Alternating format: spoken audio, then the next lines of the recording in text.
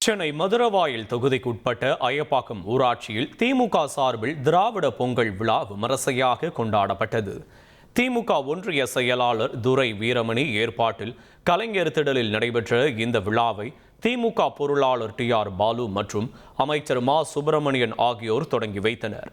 சாதி மத பேதமின்றி 2026 பெண்கள் திமுகவின் கருப்பு சிவப்பு புடவை அணிந்து ஒரே நேரத்தில் 2026 புது பானைகளில் பொங்கலிட்டு சமத்துவ பொங்கலை கொண்டாடினர்.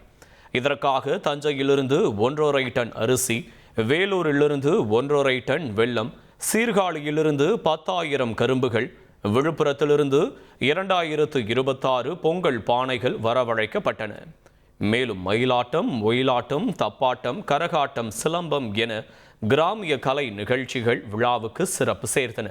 ஒரே நேரத்தில் 2026 பெண்கள் பொங்கலிட்ட இந்த நிகழ்வு ராபா உலக சாதனை புத்தகத்தில் இடம்பெற்றது.